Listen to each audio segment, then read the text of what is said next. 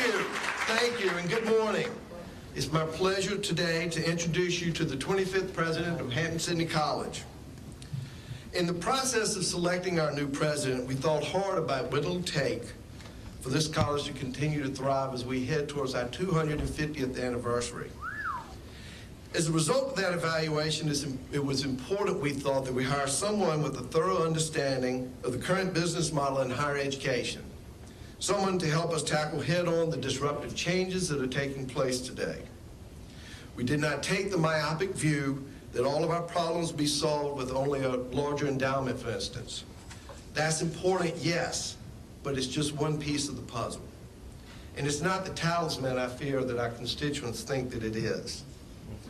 Rather, in addition to the endowment, we need to strengthen the entire academic enterprise. We must come up with the next great program, one as successful as our rhetoric program.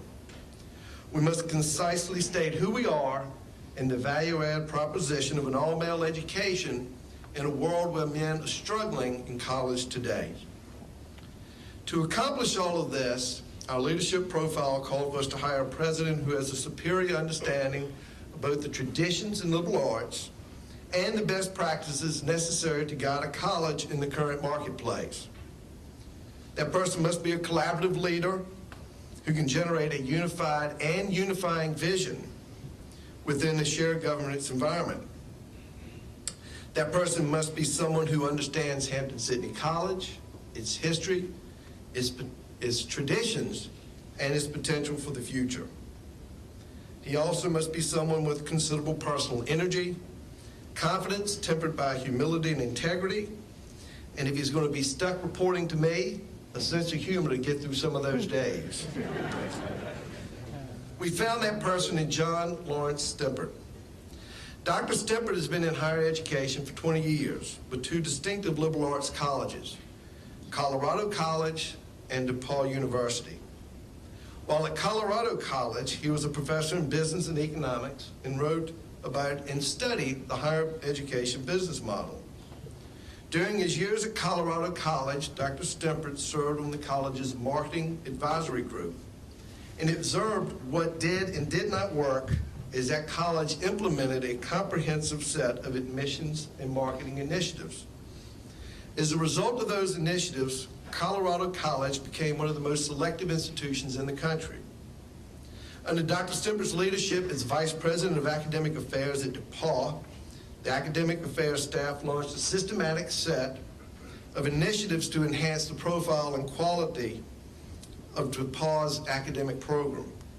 Through grants and fundraising, more students are now able to participate in internships, student-faculty collaborative research, and off-campus study. Foundation support is providing exciting avenues for faculty members to use technology to complement the university's very high touch to teaching and learning. When we interviewed Dr. Stimpert, he was very clear about his goals for Hampden-Sydney if he were elected president. One, raise the college's profile and enhance its reputation. Two, create a rock-solid recruiting, admissions, and net revenue posture. And three, significantly increase the endowment. He shared with us many ideas of how he would accomplish these goals. A fair share of these ideas were new to me. Some I had not heard in 15 years on the board. But it also struck me that these ideas were very much in tune with who we are. As we sat there and listened, I thought these things will work for us, and they will work within our culture. And more importantly, he's seen them work before.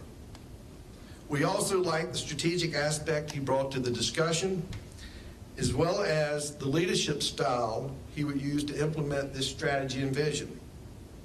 As we evaluated Dr. Stimpert, it also became clear to us and the development team that he knows how to raise institutional money at an institution like Hampden-Sydney. His philosophy of fundraising will fit well within our culture. All of this experience is going to serve us well as we head toward and reach our 250th anniversary. Dr. Stimpert, welcome to Hampden-Sydney College.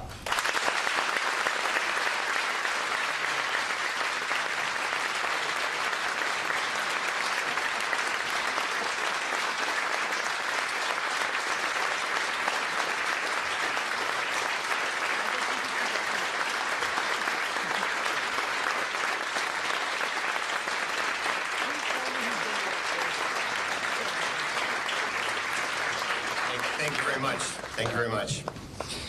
Hampden-Sydney has been forming good men and good citizens in an atmosphere of sound learning for almost 250 years. This mission is as relevant today as it has ever been in the college's history. Our society needs good men, men of character and impeccable integrity. And as much as at any time in the past, our society needs good citizens, men who can provide leadership in their families, in their communities, in their professions, and in our nation and the world. The Hampden-Sydney educational experience is well designed to fulfill the college's noble mission. The student-run college honor code sets high expectations for character and integrity. The college's curriculum and the essential work of the Hampden-Sydney faculty develop students' critical thinking and communication skills while emphasizing both breadth of learning and the development of expertise in a major. The campus environment serves as a laboratory where students can develop their leadership talents. As a result, graduates leave Hampden-Sydney with the ability to understand the challenges and opportunities inherent in our complex world, to draw insights, to anticipate change, and to lead with purpose and empathy. This work is valuable and vital today as when patriots founded this college nearly 250 years ago. I will have the honor of being Hampden-Sydney's president for a brief moment in the college's long history, but the decisions we make in the coming years will have a lasting impact on the college and its destiny. We share a great responsibility not only for this college, but also to our larger society, because our work here is among the most important and influential sources of good in our world. My highest priority will be to rally this college community around a vision for Hampden-Sydney's future, a vision we find so compelling that we unite in its pursuit. It must be a vision compelling to key constituencies beyond the campus as well. We must seek a vibrant and robust future for Hampden-Sydney College, and through our efforts, Hampden-Sydney must become widely known throughout our region and nation as an even more distinctive and remarkable college. It may seem audacious to talk of an ambitious new vision for a small private liberal arts college that is nearly 2.5 centuries old. This is a turbulent and very difficult time in higher education, and liberal arts college specifically have faced much criticism. It's said that our schools are too expensive, that our students don't learn enough, that too many students don't complete their degrees. Critics also suggest that higher education should be more practical and vocationally focused. But liberal arts colleges, and Hampden-Sydney in particular, can and should vigorously refute these claims because our schools have a remarkable track record of providing access to students from all socioeconomic backgrounds, of getting our students graduated, and of not only helping our students get their first job after college, but ensuring that they enjoy lifelong success. But we must do much more than refute our critics. Over the next several weeks, months, and years, I'll be asking this great college to build on the foundation of its existing strengths, an educational program that is distinctive as the college's identity, an educational program that prepares Hampden-Sydney men to tackle not only the greatest challenges and problems of our time, but also those that await us in the future. We know the high-impact educational practices and pedagogies that transform college students, and Hampden-Sydney has been employing many of these practices for decades. We must ensure that every Hampden-Sydney student connects with a broad array of these high-impact educational practices, and we must explore those collaborations and technologies that will make our highly personal approach to college education even more enriching and transforming. We must also realize the full potential of our residential campus to offer young men a living learning environment in which our mission of forming good men and good citizens is advanced through all our students' experiences. We have unparalleled opportunities to develop all aspects of their lives: intellectual, physical, social, moral, and spiritual. Let us seize this potential and challenge ourselves to create here at Hampden-Sydney the most unique and vibrant student experience on any residential campus in the country. Our success at creating an even more distinctive and outstanding educational experience for our students will determine how much we can extend Hampden-Sydney's reputation and prestige in the higher education landscape. An even more meaningful indicator of our success is whether current and future generations of students find something extraordinary in the education we offer. Indeed, we will know we have accomplished something quite remarkable when far more men want to come to Hampden-Sydney than we can accommodate in our entering classes.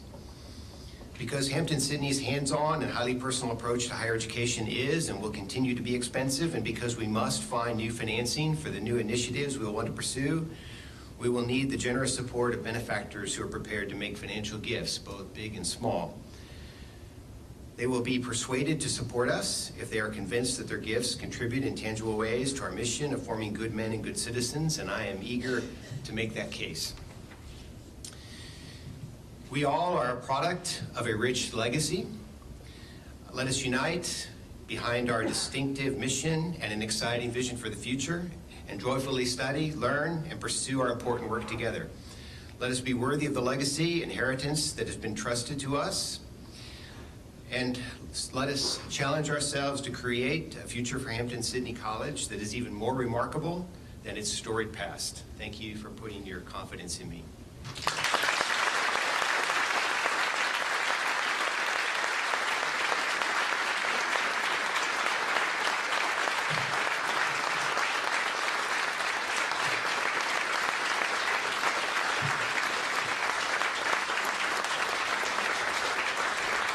I didn't appreciate how good a segue you were going to give me for our gift. So talking about a storied past, I have a homework assignment for you. Footnotes and all. Okay. Mr. Brinkley's book, who, if Eunice is here, Eunice typed it. So you owe it to Eunice to read the footnotes. Okay. There are lots of them. And also we have Tomatoes Born and Bred pamphlet for you to share with Connor, so we can get him up to speed on bow ties and those type things. So at this time, I'd like for you to call your family up, please, Dr. Stimpert. Okay, sure. Come on up, folks. So I come as a package. My wife, Leslie, is, I had the great fortune a couple of decades ago to meet my best friend and my lifelong companion. And my wife, Leslie, is great she could join us here today. Our son Connor just turned 16 this past Saturday. He's sporting his swim team divisional haircut, normally not quite that short.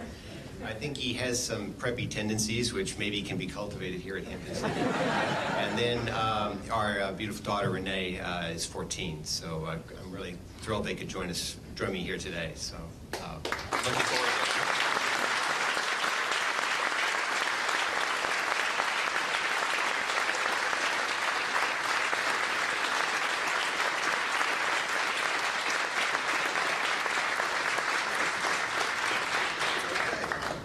Well, that concludes this part of today's presentation. We do have some press to talk to, but before we do that, Dr. Stimpert, we're going to hang around and meet as many of you as we can. So thank you for joining us. Thank you for those out there in cyber world who remoted in, and we look forward to seeing you guys and girls back on the hill soon. Thank you.